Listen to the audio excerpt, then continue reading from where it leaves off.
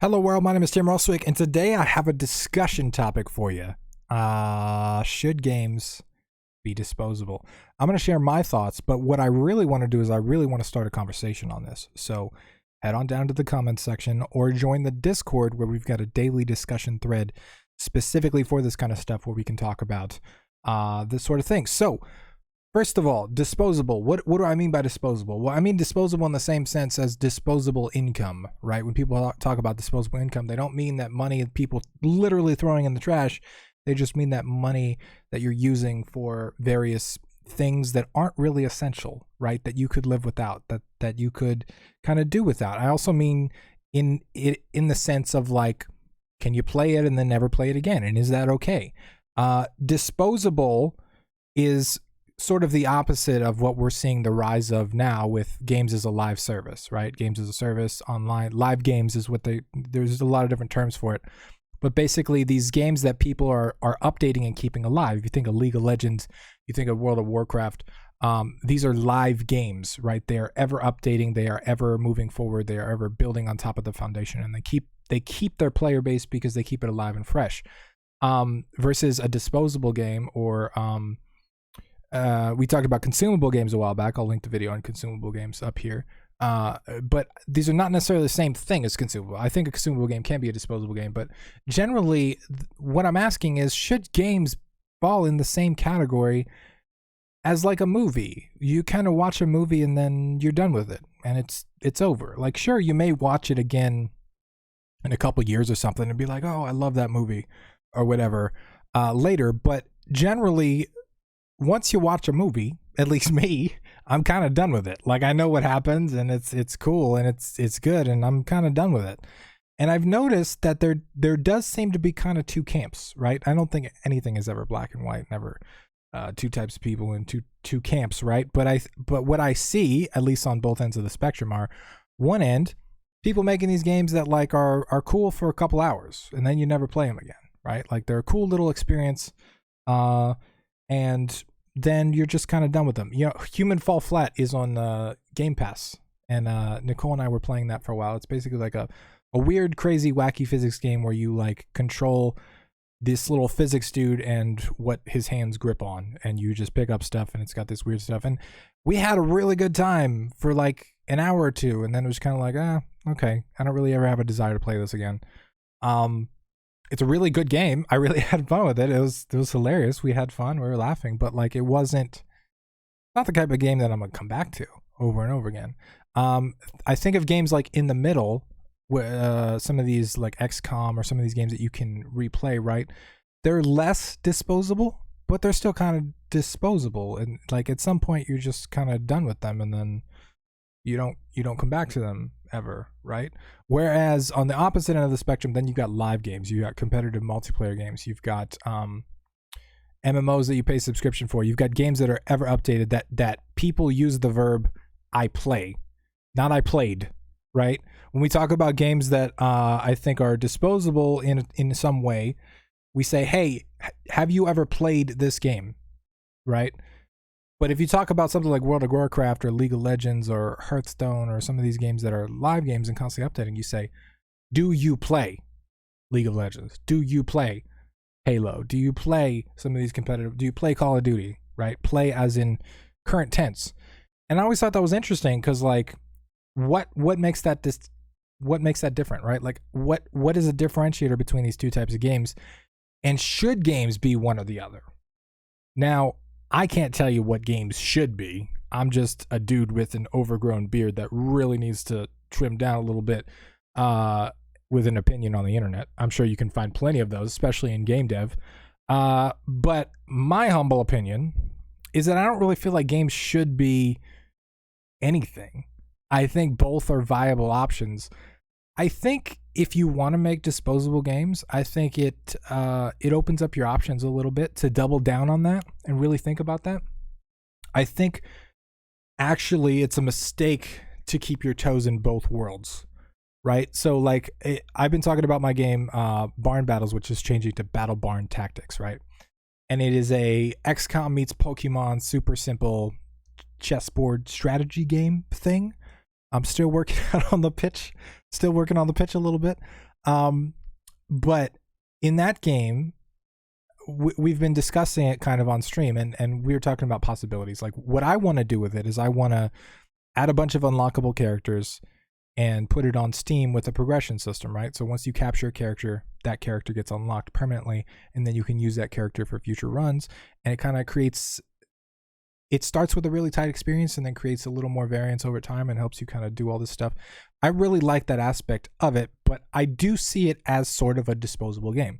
Like, once you've kind of unlocked most of the characters and figured out most of the systems, it's kind of, you're kind of done with it, right? You're kind of done with it. But we were talking about like, oh, well, this would be a really cool mobile game. And with the whole character system, character unlocks, that would make really good in-app purchases, right? Like, it would make, the business model would change fundamentally. And now I'm generally not interested in that sort of thing, but that would change this game from what essentially would be a disposable game to what could be a live game. Not necessarily. Some designs could still support just me developing it once with IIP and just leave it.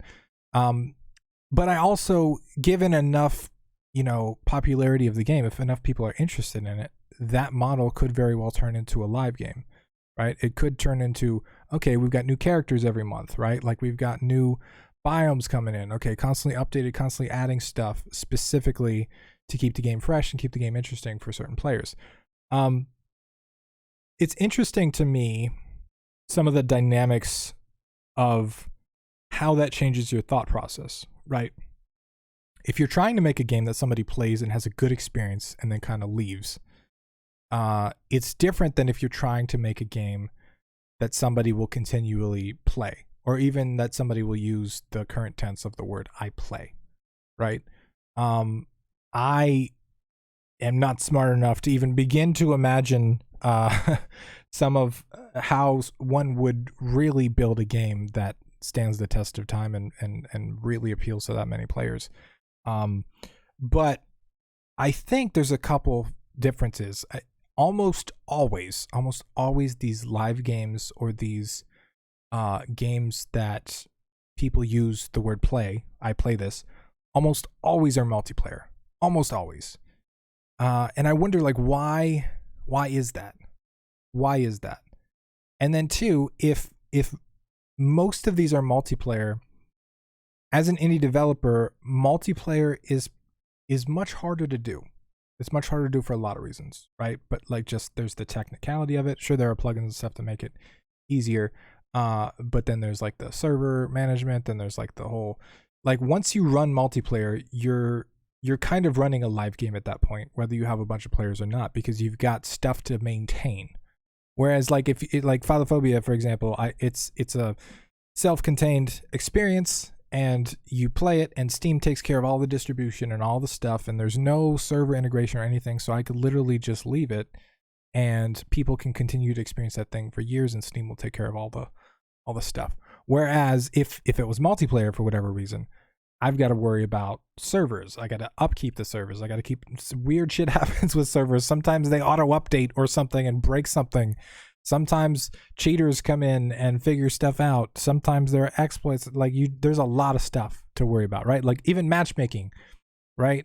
Like, if you got a small player base, it's really hard to build a system to find players and stuff. That's really complicated to do all that well. So like,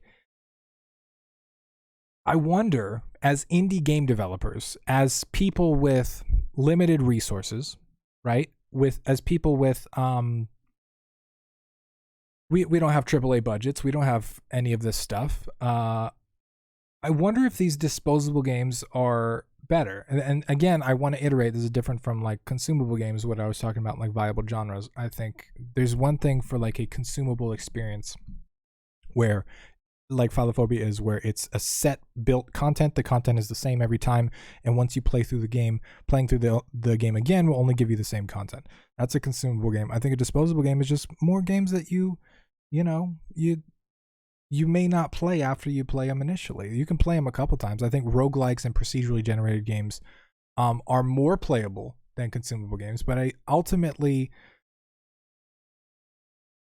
think a lot of them just kind of are throwaway experiences, like a movie, right? There's definitely some roguelikes that people play continually. And I've noticed this specifically, like the better a roguelike is specifically, the more people will continually play it. And like you look at things like NetHack or Dwarf Fortress or some of these really procedural, beautiful games, because of their variance, because of their radical diversity between playthroughs, like a lot of people do use the verb play, right? I play this game. They say that, like, I play Dwarf Fortress. They don't say I played Dwarf Fortress. And it's just fascinating to me. Like, I think roguelikes and simulation games and games like maybe even like RimWorld and stuff like that, they fall.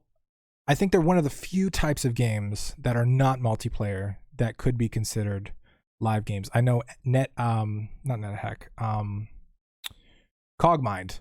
It's a roguelike that's been developed. The developer is actually the head of the roguelike subreddit, one of the moderators there, and he updates that game all the time. Like, that's just his project. That's what he does. He's got a Patreon, people pay him, and he just continually updates the game. I know Dwarf Fortress is the same way. Like, people support the developers of Dwarf Fortress, and it's continually developed over time, and people play it, versus a lot of these other games, people just, they play them, and sure, some of the games have longer play periods, right, than others, but at the end of the day, a lot of them just kind of get thrown away. And I wonder if it's a good idea as indie game developers to go for that. Like, I mean, I think some people have a stigma against it, right? Like, we shouldn't make these experiences that are like self-contained, that like are designed to deliver an experience. We should try to make games that are like bigger and more expansive and people can really get a lot of hours out of. But should you though? Because the way that a lot of games handle more playtime is by adding artificial grinds and artificial slowdowns, and even procedural games, like a lot of them have a lot of fluff, right? And I think that just comes from either A, not paying attention to what type of gamer you're making, or B, intentionally trying to pad out the playtime for your title, which each one of those has its own, negative side effects for it. But I don't know. What do you guys think? Should games be disposable? Should games be a thing that you play once, you experience, or should they be live and updated and ever living and ever evolving? Do you think there are pros or cons to each side? What do you think those pros and cons are? Tell me down in the comments, or join the Discord and post in the daily discussion thread, and we'll talk about it. But either way, I want to say thank you to these lovely people right here. They help me keep doing what I'm doing. If you want your name on this list, or you want to have a bunch of cool stuff on how to build, finish, and launch indie games, go to patreon.com/GameDevUnderground. Check that out. See if it's for you. If it is, we would love to have you. But my name is Tim Roswick, and I will see you again tomorrow.